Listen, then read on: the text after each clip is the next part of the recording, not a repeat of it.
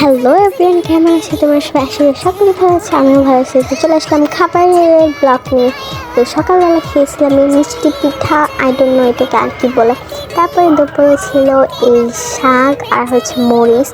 তো এটা খুবই স্পাইসি ছিল, তো মজাও ছিল। তারপরে ছিল টমেটোর গুঁড়া মাছ দিয়ে একটা তরকারি, যেটা আমার অনেক ফেভারিট। বাট গুঁড়া মাছ আমার ভালো লাগে না। টমেটো দিয়ে যে তরকারি রান্না করব ওইটাই আমার ফেভারিট, বুঝছেন।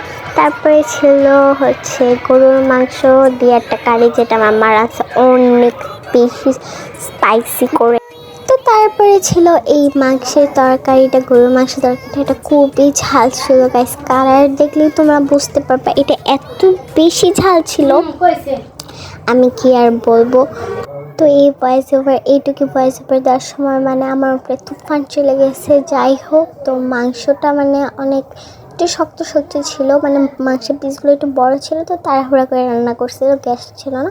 তবে দুর্দান্ত অনেক মজা ছিল। তারপরে ছিল এই চকলেট আইসক্রিমটা, যেটা অনেক মজা ছিল, আমার অনেক বেশি ভালো লাগছে। তো এই আইসক্রিমটা আমার একদম ফেভারিট। তারপর সন্ধ্যার দিকে খাইছিলাম এই গ্রিলটা, যেটা আমার আম্মু রান্না করেছে একদম হোমমেড। তারপর রাতে খাবারে ছিল এই পোলট্রির মাংস, মেবি আই ডোন্ট নো এটা কিসের মাংস, বাট মাংসটা না খুবই সফট ছিল, অনেক মজা লাগছে খাইতে আমার।